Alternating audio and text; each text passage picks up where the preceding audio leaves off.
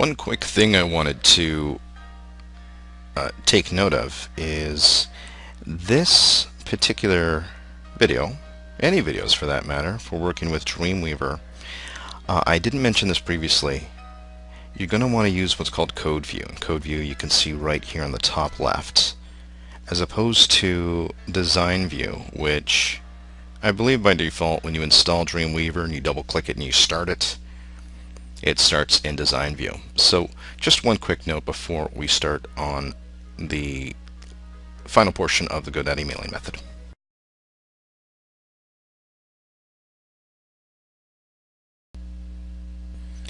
Let's get started with the GoDaddy mailer, or the GoDaddy mailing method, I should say. So this method can work with any mailer that accepts SMTP emails. This particular hijacked or hacked version that I've created here has got some really cool stuff that I'm going to show you in a minute. But first, let's go over to GoDaddy and grab our email. So we've created all these email accounts in the first tutorial on this. GoDaddy does conveniently have an export button, so we'll go ahead and click that button. You'll receive this pop-up here, and there's no need to grab all of this information, so you'll go ahead and click Select All, which will deselect everything. Click Username and then click Export, and then zoom out. With your export, you might have some skills in Microsoft Excel. I don't, unfortunately, so I will be working with Dreamweaver to show you what we need to do with these email addresses. Now, before I go any further, the format that we need to have for the mailer, and this is pretty synonymous with any SMTP mailer. You're going to need 4 pieces of information. You're going to need the SMTP host, the port, the email address, and the password. Now we've got a list of email addresses, so we're not worried about that. We know what the email addresses are. We know what the password is because when we set all those bulk email addresses, we did it with the same email address. It was a constant. The SMTP host is something that you can find either by contacting GoDaddy directly or simply Googling. It's very simple. I think it's secureserver.net. The port, most SMTP providers will give you the option of using what's called SSL, or Secure Connection, Secure Socket Layers, that's what it stands for, or port 25, which is the default port for mailing. This particular mailer accepts both, but I do run it through port 25. So we need to make a list with all our email addresses containing this information in order to plug into the mailer. And I think I'm pushing the wrong buttons there. There we go. So we've got a CSV file here with a bunch of email addresses, and the first thing we're going to do is click on column A, right click, and then click Insert, and that will give us a nice column to work with for the SMTP host and the port number. The next thing we're going to do is click on column C, and we don't need to do anything with column C. I'm going to go ahead and stretch this out a little bit so you guys can see a little better with what I'm working with here.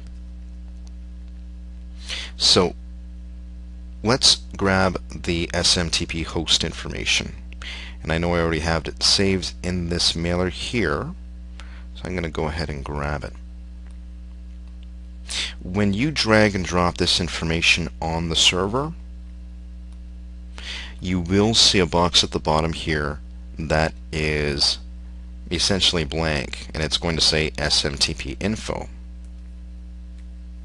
This is where we're going to drop the list with those 4 pieces of information that we need, which are namely, again, the host, port, email address, and password. In between each of those, I should also point out we need to have a colon. Okay. So I've grabbed the SMTP host and the port number. I'm going to go ahead and right click and paste it here. And just take note that I've got the SMTP host followed by a colon, followed by the port number, followed by a colon. Now there is a trick to drag and drop this all the way down, but you'll see if I just drag it, if I can get my mouse over it, that it increases the numbers in Excel. See, the port number went to 25, 26, 27. We don't want that. We want the same information consistently for every account. I just clicked Control Z to undo it. So what you do is get your mouse to look like that icon.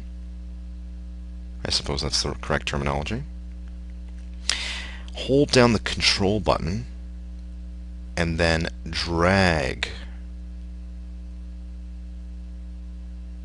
all the way down to your last email, and then let go of the Control button.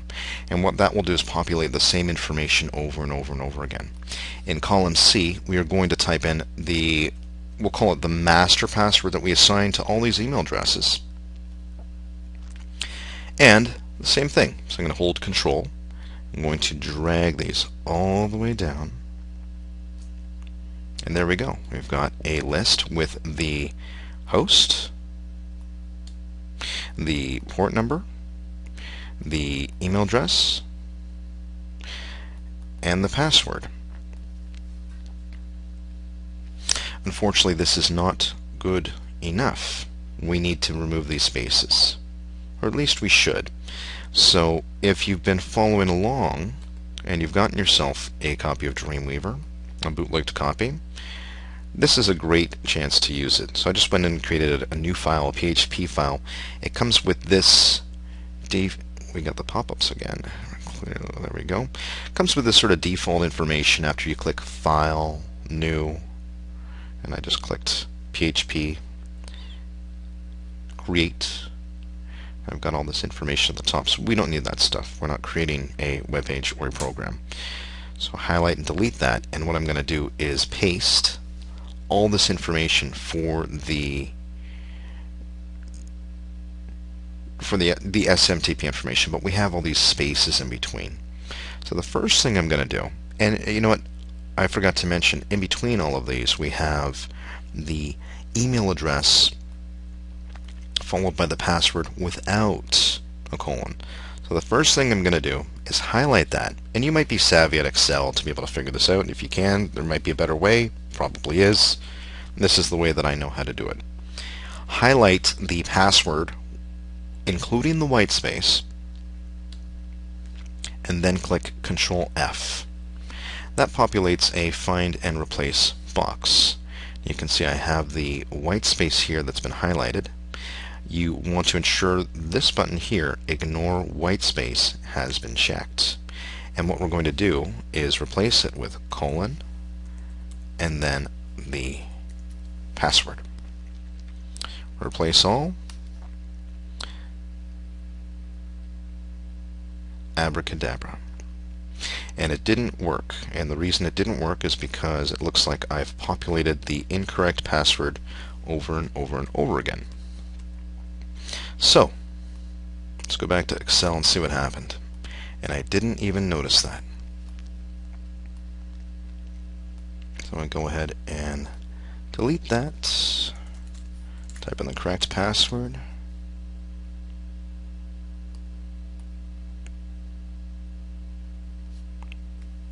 what may have happened is I didn't hold the Control button down. Okay, I've got the correct password there. Let's try this again.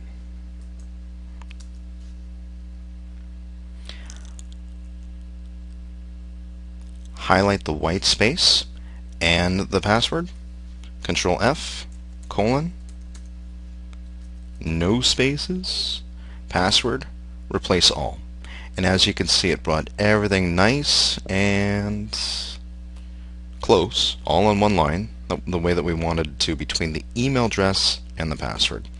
Same thing between the port number and colon and the email address. We're just going to highlight that one space, Control F, click inside this replace box, just make sure there's no spaces or nothing, click replace, and as you can see, it brought everything nice and over. There. Now I've got a nice list of information to send out from.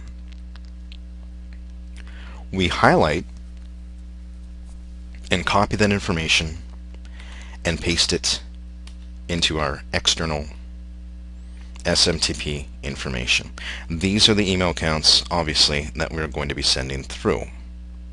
So that's been they've been created in GoDaddy. We've formatted them in the way with the port, the host name, the port number, the email address, and the password, with colons in between, so they're good to go. We can now mail through them. But let me show you some of the hacks that I did with this mailer since we're here. First thing I did is, this is all tokenized. I know it doesn't say anything, but this box will now accept tokens, unlike the original version. And I'm assuming everybody watched the video on tokenization, so you should know exactly what that means.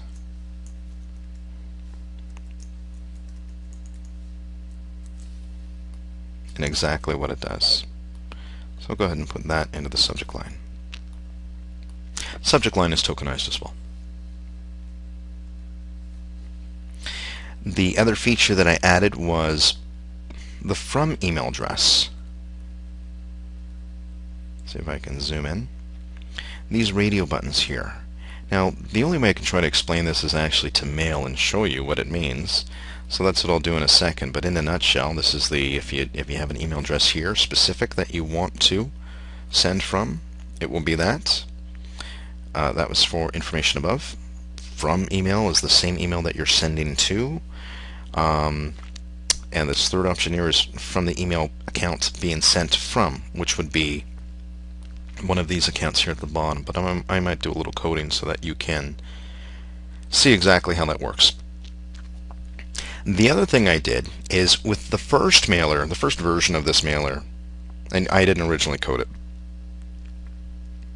the information echoed out at the bottom of the page. So what I did is when you start mailing, everything's contained within a box, and it sort of echoes itself out within that box. Let's talk about limits.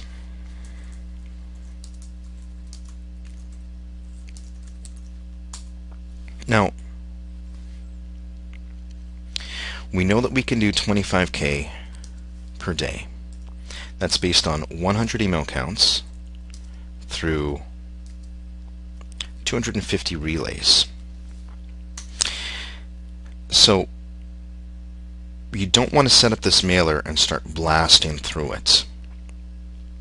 And I've done the math. The math is actually quite simple. If we send an email once every, you know what, I believe it was 7 seconds. I think it was actually 17 per minute. So if we do 17 times 60 minutes times 24 for the day, we have a total of 24,480 emails that can be sent. So with that said, 17 emails a minute, we need to divide 60 seconds by 17, which gives us 3.5. So if we send an email every 4 seconds through this system, we will be under the 25K limit. Now that's the bare minimum. If you really want to stay under the radar, my recommendation is to aim for the 15 to 20K area. Now, this is a cheap system, a cheap way of sending a decent amount of emails per day.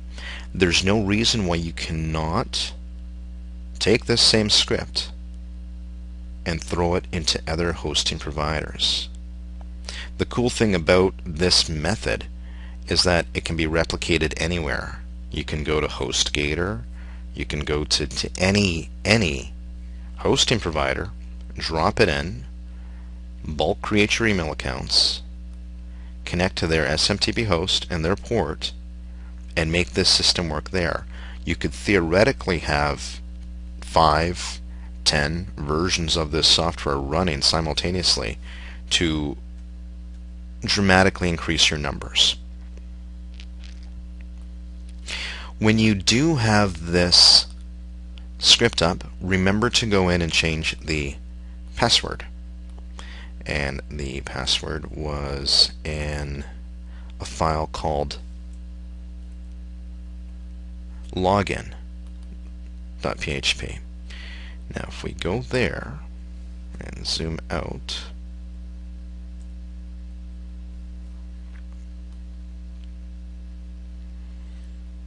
you can actually just do a search. You can do this in Notepad. Search for this word. I keep on pushing the wrong buttons here. 3NT3R.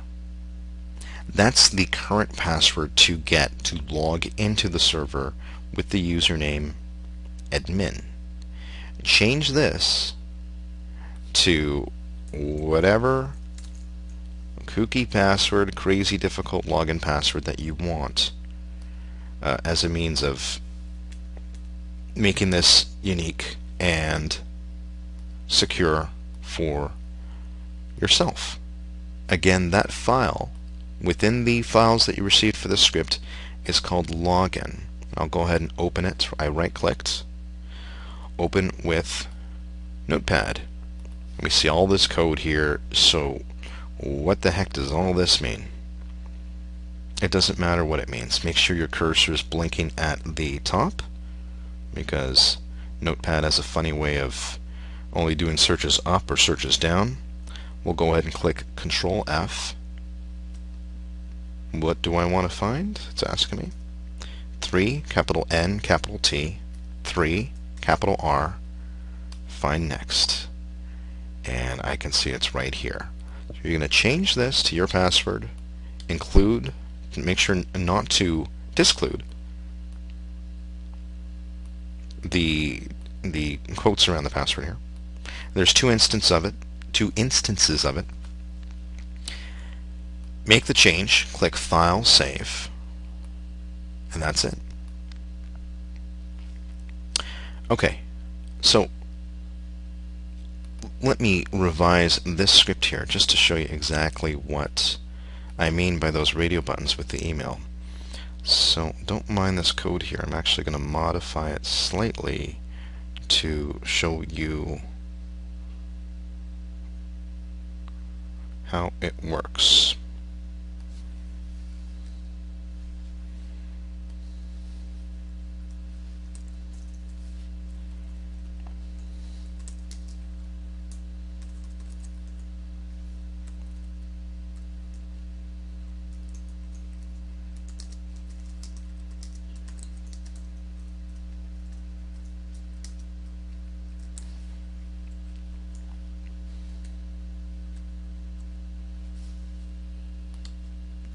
Whoops, I think I forgot to exit the script.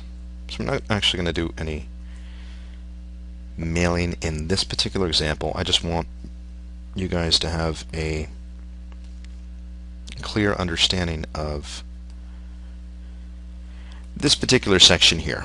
Okay, so if I click the first one, above information, we'll make it info@socialmoextractor.net as the email that it's from. I think I would have mastered these zoom buttons by now. The first, similar with Dangerous Mailer, the first thing you're going to want to do is click Browse at the top left. And we're going to scroll down and find your emails that you want to send to. Click that. Click the Load Addresses from File button. which will populate your email addresses right here. I'm just going to take out this first one because that's info@socialemailextractor.net. And I'm actually going to grab a tokenized message from the tokenization PowerPoint. And maybe what I'll do is break it down just a little bit so that you can see it.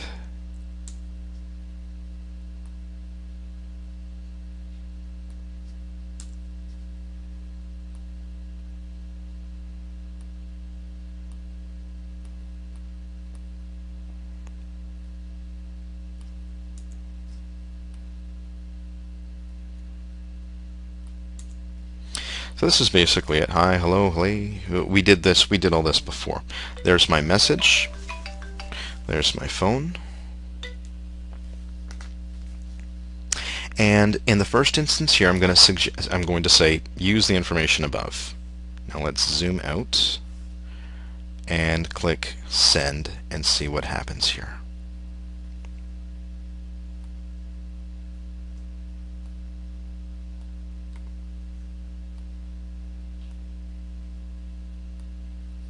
Populate my SMTP information. Actually, before that, one thing that you should do is click HTML. Most emails are HTML anyways. Check for a real existence of an email address. Ensure that you use an external SMTP provider, and everything else you can leave as default. Now when I click send, we can see at the bottom here email being sent from info@socialemailextractor.net. That is the case with information above. Now let's say same email that you're sending to. We'll click send. At the bottom here we see email being sent from soma56 king56@yahoo.ca. Now what that means is I'm sending the email to this email, but it's also going to look like it's from that email. Now let's do the third option. From email is from email account being sent from.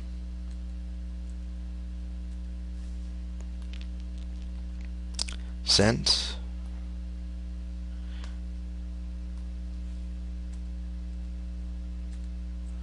Email being sent from francis@anchortextbacklinks.com. Now that email address is the one that is connected to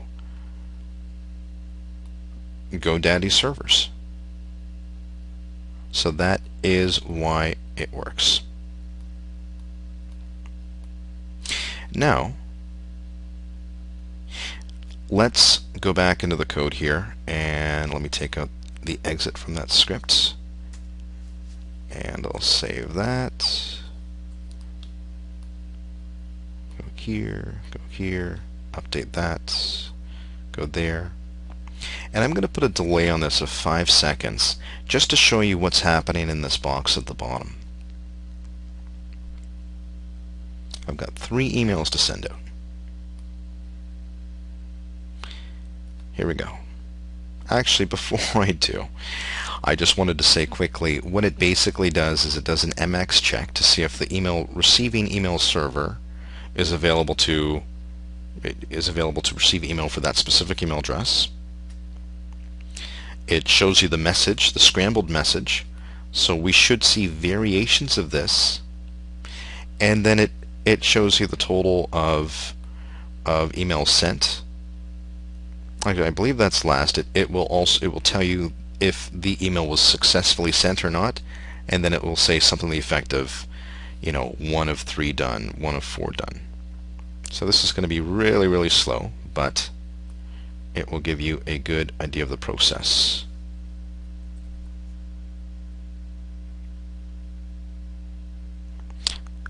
Don't know if you saw it. It said, hey, my name is Barb. Let's see if we get a different name here. Hey, my name is Amanda.